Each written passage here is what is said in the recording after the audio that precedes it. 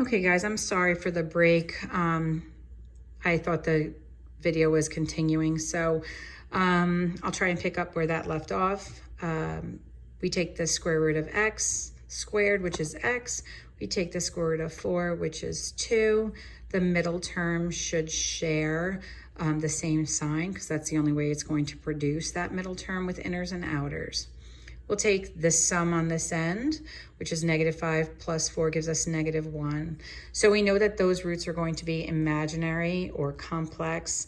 They also be referenced as not real roots. Mostly in your grade, they'll say not real roots. But if you should see something on a different website where you're watching videos, they may be referenced as imaginary or complex. So now I'm just going to show you two that don't come out to be some sort of perfect square or imaginary. So let's just take this step by step for a moment. I'll just kind of cover this up so we don't lose our way. So the first thing we were given was, I actually did this all out, but the video stopped recording. So I apologize that it's all done for you, but it may work out better for us. So we're going to keep those first two terms together and we're going to add that one to both sides. Now we come to this number here, which is going to be added to both sides of the equation. We come upon the number that will complete the square, meaning create a perfect square here, by taking half of the b and squaring it. So half of -6 is -3, and -3 squared is 9. So the 9 gets added to both sides.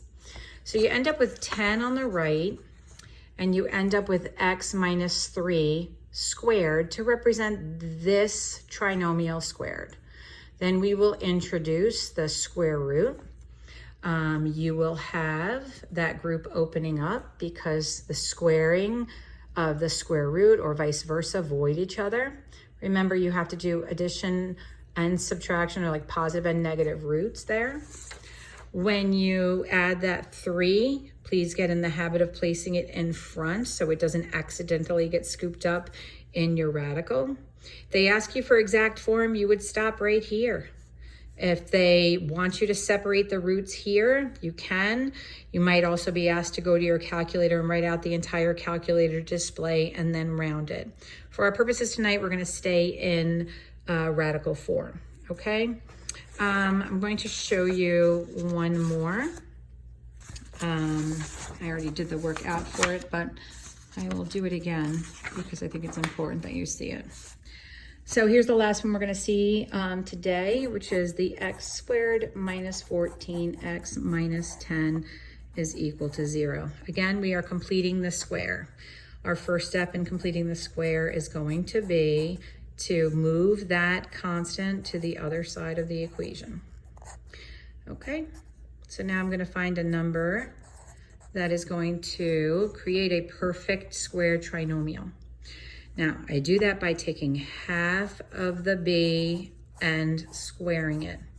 So half of -14 is -7, and I square it, it's 49. So 49 is being added to both sides. So now on this side, I have 59. And over here, I have x. The square root of x squared is x. The square root of 49 is 7. And that middle term has to stay here.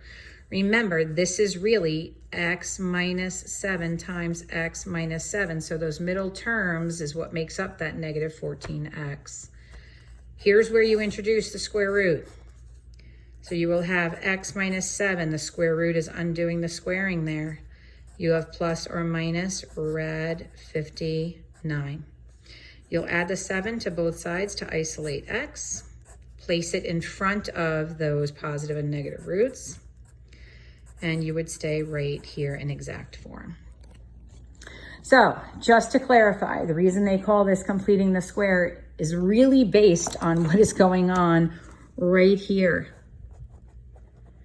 Because what you're doing is, as soon as you move that over, you're trying to get to this step right here where you're completing a square. You're finding a value, a constant value that creates a perfect square. You're completing the square by placing that value in there to make x minus 7 squared.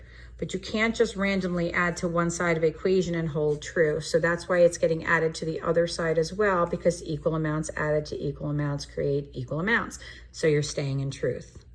And then we're just implementing that square root understanding, except that this is an entire group that will open up, and you do that last little step of addition or subtraction at the end.